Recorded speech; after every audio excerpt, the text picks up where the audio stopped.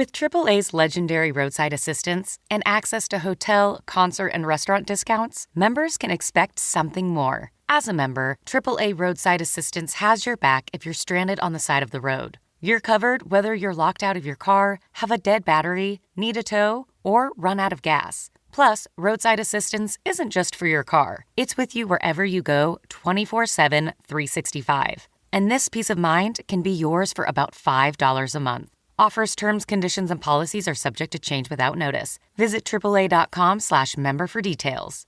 Hello and welcome back to Chasing Excellence, a show about chasing what truly matters. My name is Patrick Cummings. I'm here as always with Ben Bergeron. Good to see you. How are you, my friend?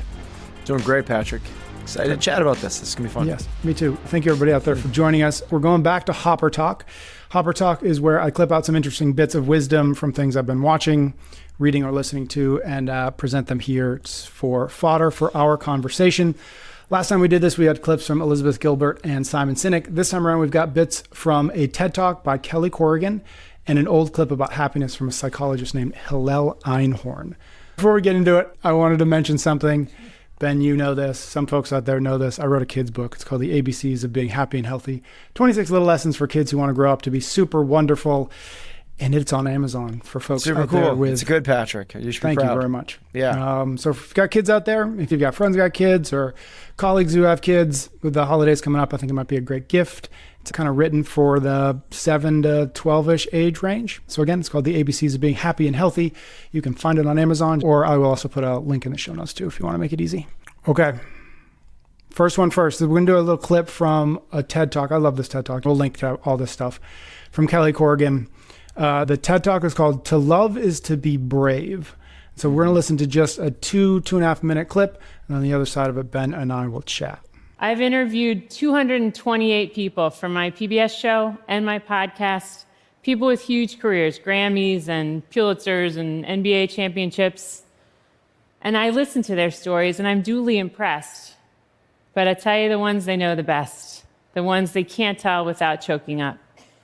The moment when Brian Stevenson's grandmother, or Steve Kerr's father, or Samantha Power's stepfather, or Cecile Richards' mom was right there with the right words or the right silence at the right moment.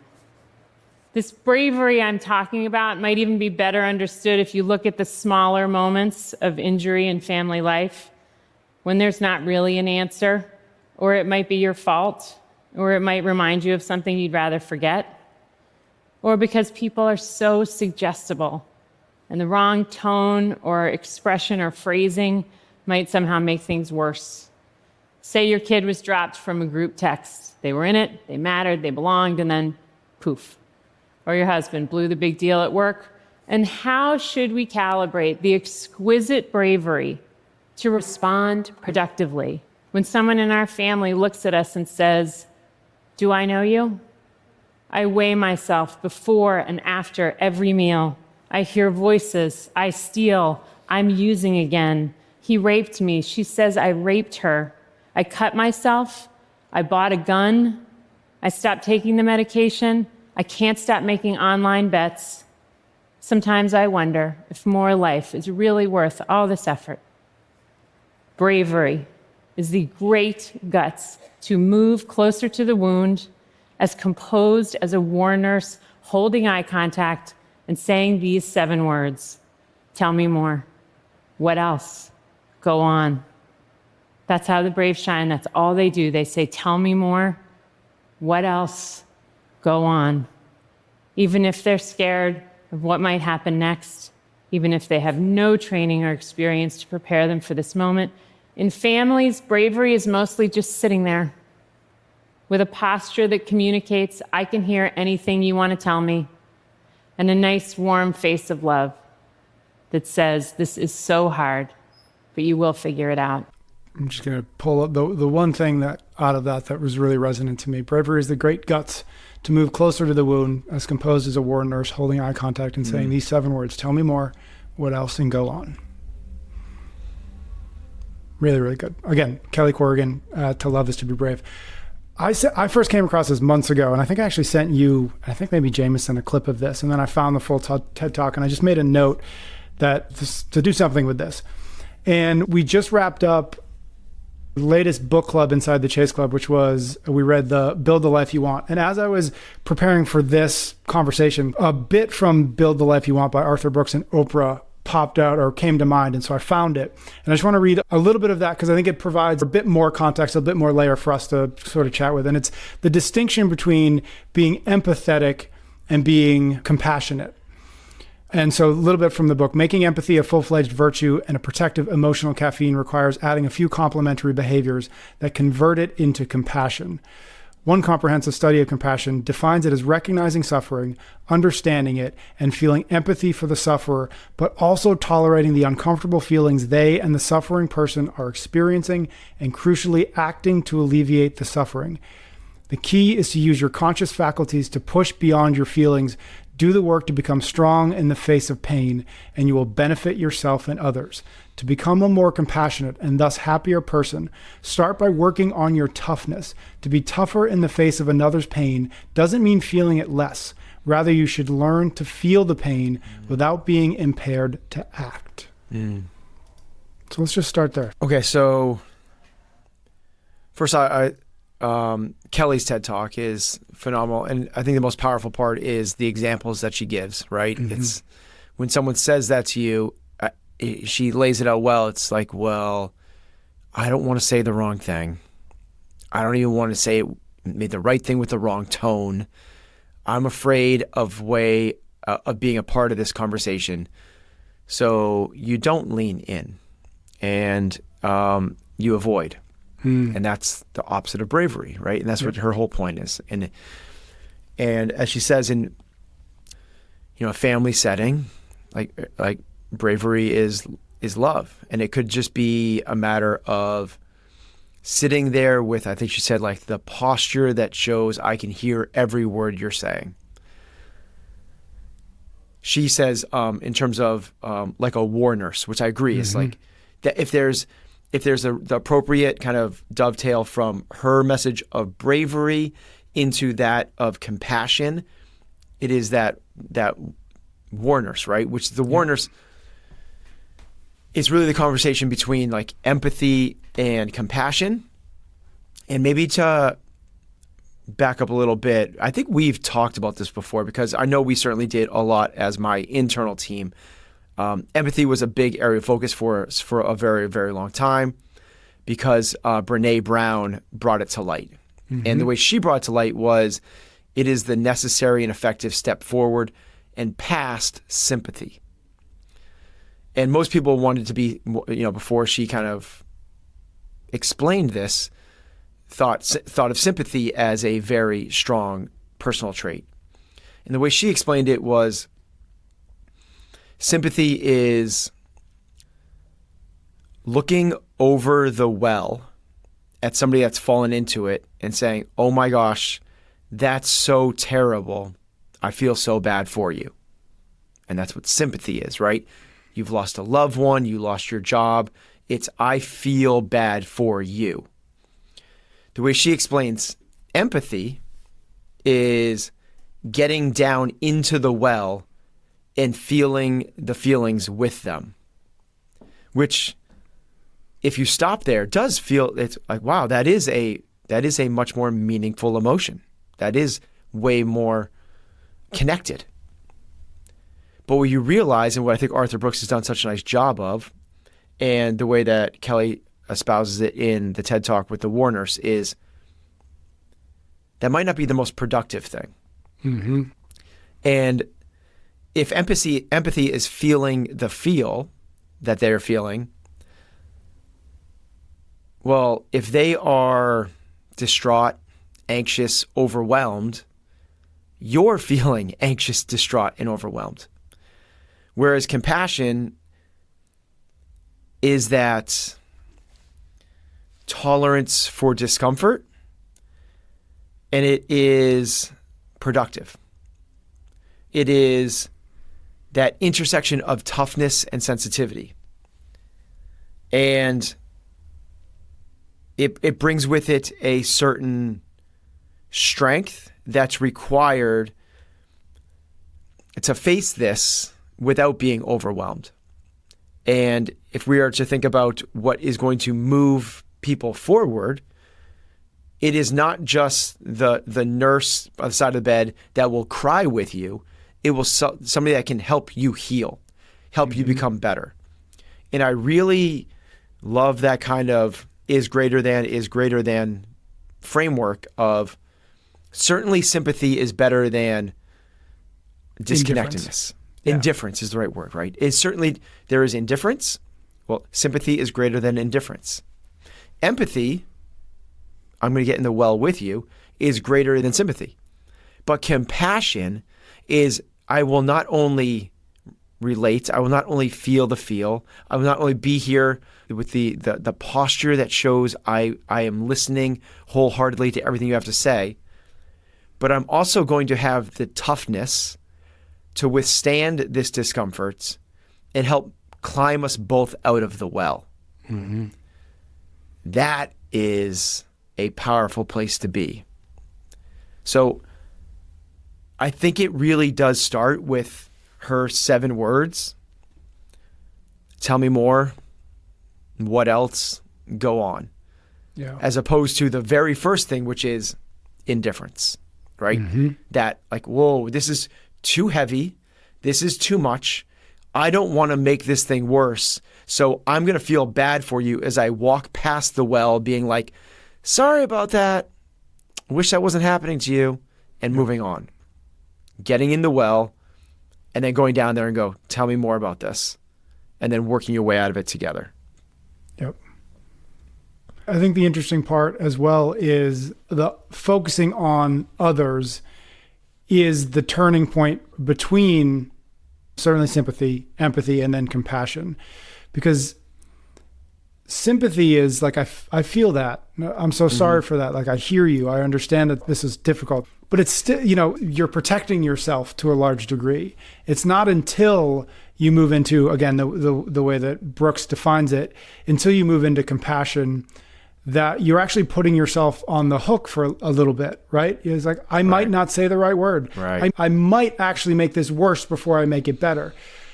But in order to do that, you've got to put yourself on the hook a little bit as well. And I think that's the part that distinguishes or differentiates between the empathetic and the compassionate, or certainly the empathetic and the brave, is they're willing to put themselves on the line, at least to the degree that is necessary, and everybody else isn't. Right. I like that a lot. And that's where I think the bravery comes in, right? Mm-hmm. Yeah. If being empathetic doesn't necessarily take a level of bravery, because I'm just going to jump in the well and we're going to be in this mess together. Yep. Right. But me trying to give suggestions on how to climb out of the well, and maybe my suggestion isn't right because you slip and you fall and you actually get more hurt along the way. Yep. Takes a lot of bravery. It takes a real lot. We went pretty deep onto this as a team for a while, and I didn't realize this until I read our book club.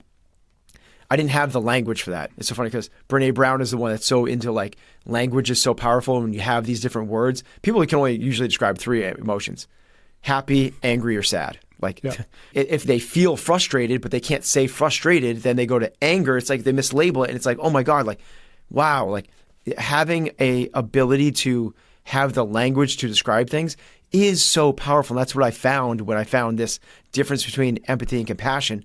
Had I known that when we were exploring empathy as a team, we could have shortcut a lot of the words that come to mind is like hardship or troubles, but they're not. We got ourselves into a bit of a mess because that's what we were doing as a team. Was like, well, tell me about it. I want to feel this with you.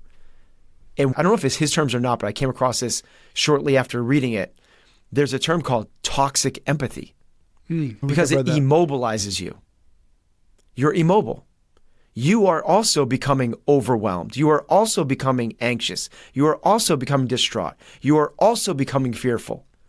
That's not helpful. As opposed to productive compassion, right? And one immobilizes, one activates. And if we're really trying to actually move this thing forward, I don't want to discount empathy, right? Because empathy is so much farther along. It's the B, right? Like indifference is an F. Sympathy is a C. Mm-hmm. Empathy is a B, but compassion is the A. And of course we want to strive for that. Well, it takes work, though, is the deal.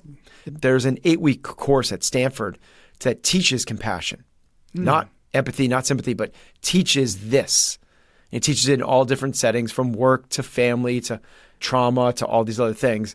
And the big take home is not the course. The big take home is that it is teachable. Mm-hmm. They've done plenty of neuroscience to support it, where the parts of the brain that light up during empathy are the same ones that light up during compassion. But the difference is there are other areas that light up as well, like the prefrontal cortex, which is the decision making. So it's like you're not just leaving it to the feeling thing.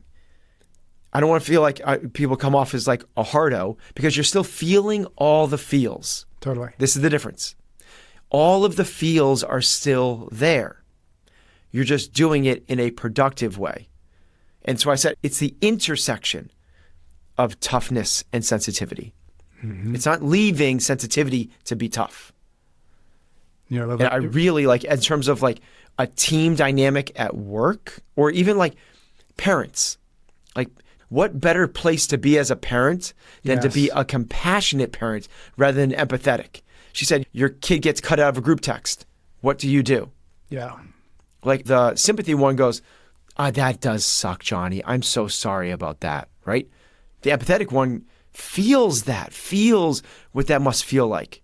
The compassion one not only feels that as deeply, but also goes, okay, now what? Now what are we going to do? The last little bit from that chunk from Build the Life You Want, I just think is a great metaphor, and it fits into what you're saying, which is compassionate people are like Marines after training, just as likely to feel pain as anyone else, but able to bear it and function. Yeah, there's a toughness to it. That's such like, if you just like a mental image of yourself in those times, in those conversations is, yeah, we've been here before and we know the way out. And that's the difference. I came across this. Compassion is acting decisively. It's a tolerance for discomfort. It is the strength required to face suffering without being overwhelmed. Yes. The war nurse. Love that. Okay. We're going to wrap it up there. Again, that TED Talk is called To Love is to Be Brave by Kelly Corrigan. We are going to jump into our second, but first let's say thanks to a few sponsors real quick. Brought to you this time around by SciFox Health, the easiest and most affordable way to monitor your blood biomarkers from the comfort of your home. Visit scifoxhealth.com/excellence today to get 20% off your at-home blood test kit. If you're passionate about optimizing your health and performance, understanding your blood biomarkers is essential. SciFox Health, that's spelled SIPHOX, offers a revolutionary at-home blood test that focuses on 17 essential biomarkers, providing you with a complete health overview in one easy-to-use kit. Say goodbye to costly clinic visits and long waits. Say hello to knowing where your vitamin D, cortisol, testosterone, and testosterone levels are. That's a hard word to say. With just a few drops of blood, you can collect your sample at home and track your health improvements regularly. Their tests are exceptionally affordable, having slashed blood work costs by over 88%. Combine your blood biometrics with data from your fitness tracker for actionable insights and recommendations tailored to your optimal health. Don't wait to take charge of your well-being. Visit scifoxhealth.com/excellence to claim your discount and start your journey towards better health today. We're also brought to you by Momentous, a supplement company dedicated to trust and transparency. Until November 24th, which is very soon, use code EXCELLENCE at checkout on livemomentous.com for 25% off all our favorite supplements. The holiday season is upon us, and while it's easy to feel the pressure to give, remember that you can't pour from an empty cup. Take care of yourself first with the Momentous 3, protein, creatine, and omega-3s. These essential nutrients form the foundation of long-term health and support every cellular function of your brain and body. With benefits ranging from muscle recovery to enhanced focus and energy, this simple protocol can drive significant improvements to your health span. Momentous goes above and beyond by crafting formulas with human performance experts and ensuring they're NSF and Informed Sport certified. You can trust that what's on the label is exactly what you're getting, with ingredients sourced for quality, not just cost. This holiday season, allow yourself to prioritize your health with Momentous.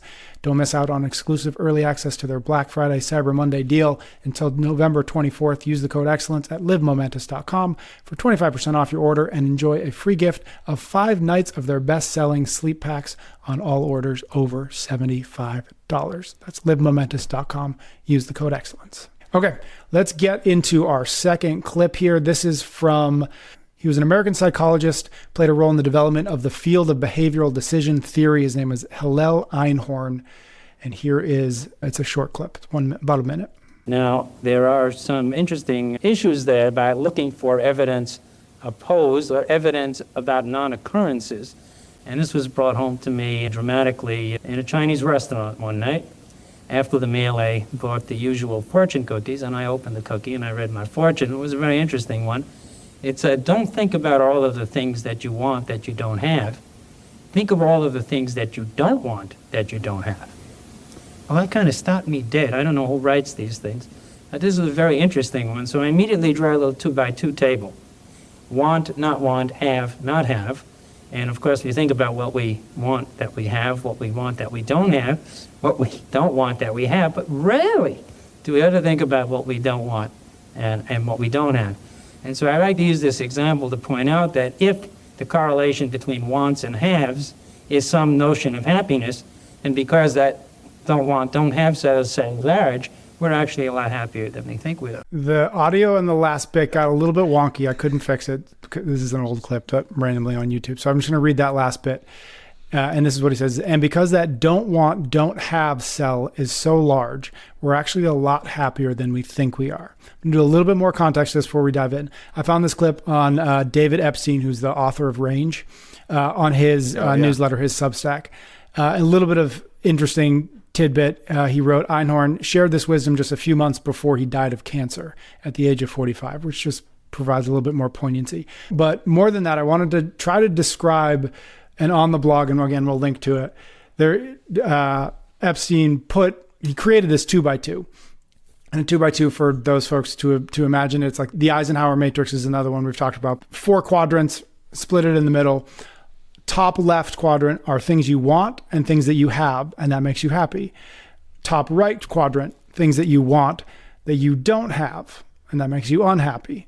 Bottom left quadrant, things that you don't want but you have, makes you unhappy. And then the message here, the bottom right quadrant, where if you think about it in the way that Einhorn is describing it, is massive, is filled with things you don't want and you don't have. And when you recognize that, it will make you very, very happy.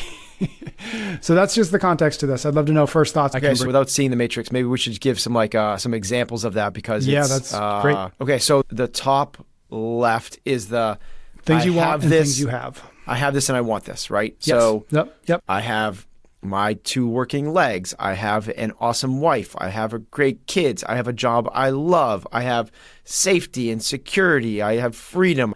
All those things, right? Exactly. I have abundance of food, and like those things make us happy. Correct. I want, but I don't have it, right? I want that kind of car. I want to make this much money. I want that job title. I want that many followers. I want that body. I want that ability. I want, right, those things. Exactly. Yep. And then in the bottom left, that's the don't want, but have.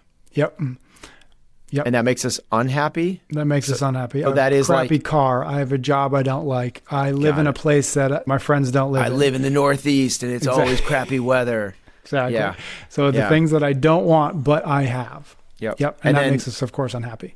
And then what his contention is, the biggest of those buckets is the things that I don't have that I don't want. Yep. I don't have cancer. Yep. My kids don't have major health issues. I don't have smallpox right now. I don't have a toxic relationship I'm dealing with. I don't have any addictions in my life. I don't have the fear of losing my job tomorrow. I don't have war at my front door. I don't have to walk home from work. I don't have to, like, all of those types of things. Yes. And that you're getting at the point, which is that you could go through that list forever. We could do this for 30 minutes and you would never run out of things that you don't want, and that's the point. You don't have. Right. Yep. Yes. And it's just a brilliant message on what we focus on is what we get. So, yeah, it's another framework to exemplify how we misjudge happiness. Yep. We give so much attention to certain things and omit the other ones. I like Mo Godet's Solve for Happy, his book that he wrote, which is happiness is reality minus expectations. Right? It's the simplest I've ever come across, and I've yet to see it not stand up. Give it to us one more time. It is reality minus expectations. Yeah. So let's put that into some practices, right? You're up for a job review. You think that you might get a 5% pay raise, right? What actually happens is they give you a 10% pay raise. Okay? So your reality exceeded your expectations. That makes you happy. You're expecting a 5% pay raise and they give you a 3% pay raise. That makes you unhappy. If they give you that 10% pay raise, but you were expecting 20, the reality didn't change, but you're pissed off. Yep. Because it did not meet your expectations. The example is you're going to go compete at the CrossFit Games. You expect to be on the podium. You come in 5th place. You're pissed. The alternative, you're going to go to the CrossFit Games. You didn't even think you were going to make the games. You're just happy to be there. You think that maybe you might be able to make the first cut. I mean, you might be able to finish in the top 30. You finished in 5th place. You're ecstatic. You're so happy. Same exact result. The only thing that changed was your expectation. Well, if our expectation, so where does this all come from, right? Where does this all come from? And I think that there's a small handful of things that really make us misjudge our happiness. And the first one is that focusing on the wrong things, which is, it's this Daniel Kahneman, Think Fast and Slow, Nobel Prize winner. Nobel Prize? I think it was a Nobel Prize winner. He calls this misguided focus, which is we think that the raise, we think that the car, we think that the things that I don't have that I want. We think that getting those in that quadrant, we think that when we get those, that will make us happy. They bring us short-term pleasure, and then they go away. That's what ends up happening. So pay raises, job titles, accolades, awards, increase in pay, getting Bigger more house. different possessions. Exactly. We get it, right?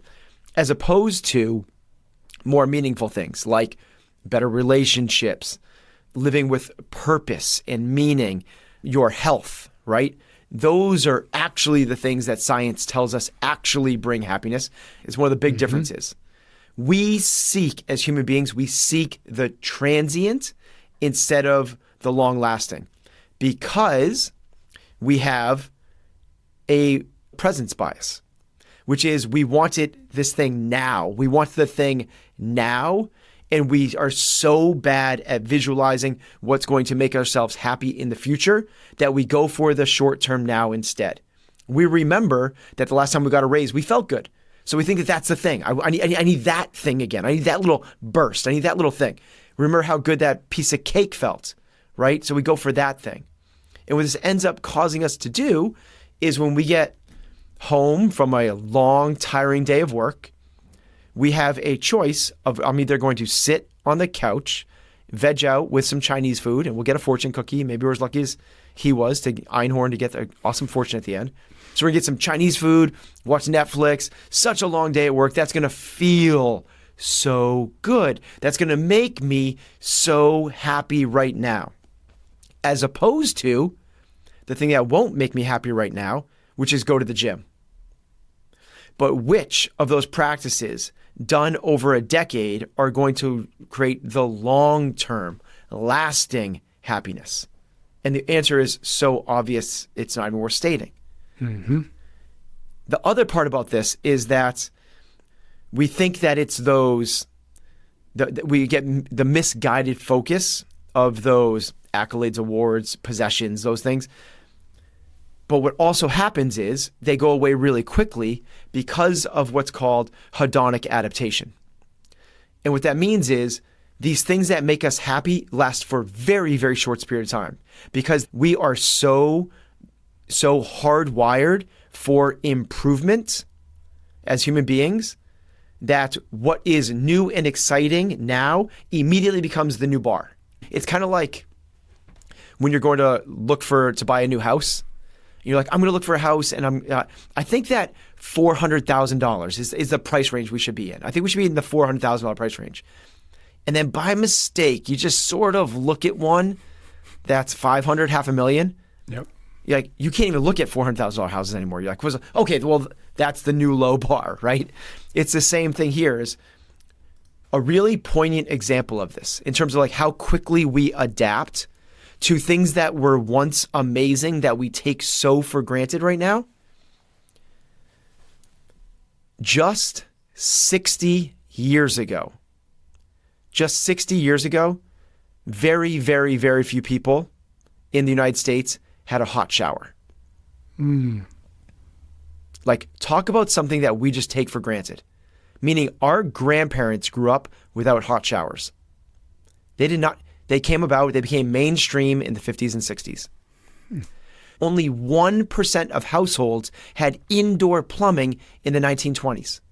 That's 100 years. Like, there's no one like kind of waking up going like, thank God my toilet flushed today. Like, that's just a miracle. That is amazing. Like, I am the luckiest dog alive. Like, my toilet flushed. And I lifted up this faucet and water came out of it. Water is in my house.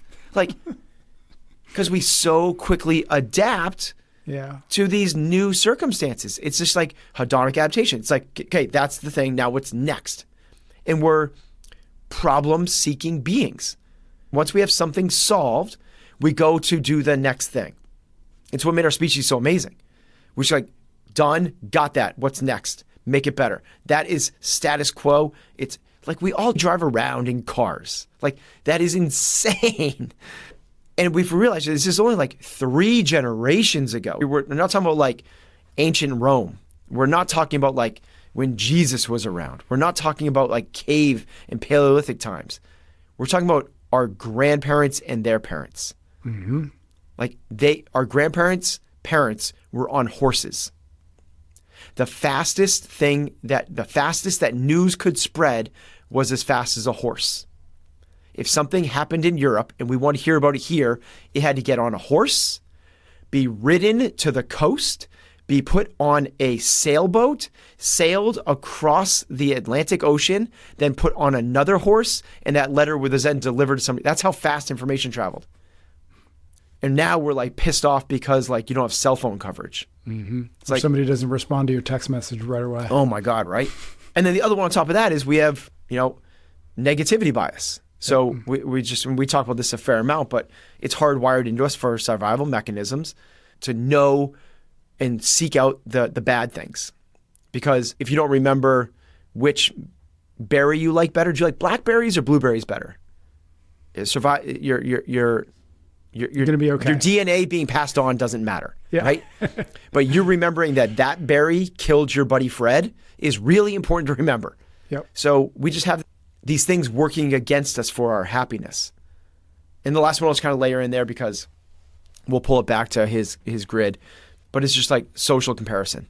Mm-hmm. And I want these things in the grid. I want that thing. I want the thing that they have that I want. And whenever we do that, we never socially compare down. We never go like, thank God I have running water when a big portion of the world does not. Thank God I have my ability to read when a big portion of the world does not. Thank God I don't have trash piling up and feces outside my home when the big percentage of the world does not. We go, I don't have the automated toilet seat, the one that goes up and down. I don't have the Bentley. I don't have the latest iPhone. I don't have those earrings. I don't have those shoes. I don't have that body. I don't have that earning potential. And again, it's that thing that's going to create the gap between our happiness. Mm-hmm. And all this is like, well, if you can override the negativity bias, the social comparison, understand the hedonic adaptation and that treadmill that we're on, that we're always trying to keep up, that have this bias towards recency, this present bias, you get to start to understand why people don't pay attention to that bottom right-hand corner. And when you do that, and this is like gratitude practice, right? And a lot of times when I'm doing gratitude practice, the way that they teach it is not just like, I'm so grateful that I have a dog. I'm so grateful that I have a car. I'm so grateful that I have a loving family. It's, I'm so grateful that I don't. I'm so grateful that I don't have X, Y, and Z. And you realize that practice could go on forever, to your point. I think it's both obvious but worth mentioning, which is like the whole point of this, why I think this idea is so powerful, is that something we've talked about before, which is like the power of our attention and the power of what we focus on, creating what we see more of. What we give our attention to creates our perspective, and our perspective creates literally what we believe the world is. It's nothing more than that. And so if we can focus more of our attention, more of our focus on, in this case, the things that live inside that don't want, don't have bucket, we will see more of it, and we will begin to live in a world that is filled with things that we do not have, that we do not want. Versus if we spend all of our attention, or enough of our attention, on things that we want but don't have, we will spend all of our time, all of our energy chasing those things, even when those things, as we know, aren't the things that actually make us happy. And so it's like writing the script for ourselves when we take control of our attention, when we own our attention. It's writing the script that we are going to then live by. It's creating the world in which we exist. And so this isn't just like a frou-frou, like, yeah, we should be more grateful and we should have a gratitude practice. Like, no, this is creating literally the world outside of yourself that you see, that you pay attention to, that you exist in. And it's easy to forget that. It's easy to forget like meditation. It's not like a thing we do to be healthy people. There's a point to it, and it's to create the focus, create the attention so that we are existing in a world that we want to be in. So well said, Patrick. Love that. It's, owning the attention, and which leads to perspective, which shapes the storytelling. And storytelling, that narrative is our lives. Yep. Exactly. That is great. Our I love lives. that you brought that in, because that's what it is. Yeah, that's the right word for it. Love that, man. Yep. Cool. Okay. And again, I'll put links to both those clips or both those little videos if folks want to watch them for themselves, dive even deeper, again, especially that TED Talk. I'll put those links in the show notes. And that was fun. That was always fun. Thank you so much. Thank you, everybody out there, for listening. Thank you for your ratings and your reviews. Ben and I'll be back soon for a brand new episode of Chasing Excellence. Marketing is hard. But I'll tell you a little secret. It doesn't have to be. Let me point something out. You're listening to a podcast right now, and it's great. You love the host. You seek it out and download it. You listen to it while driving, working out, cooking, even going to the bathroom. Podcasts are a pretty close companion. And this is a podcast ad. Did I get your attention? You can reach great listeners like yourself with podcast advertising from Libsyn Ads. Choose from hundreds of top podcasts offering host endorsements, or run a pre-produced ad like this one across thousands of shows to reach your target audience and their favorite podcasts with Libsyn Ads. Go to libsynads.com, that's LIBSYN, ads.com today.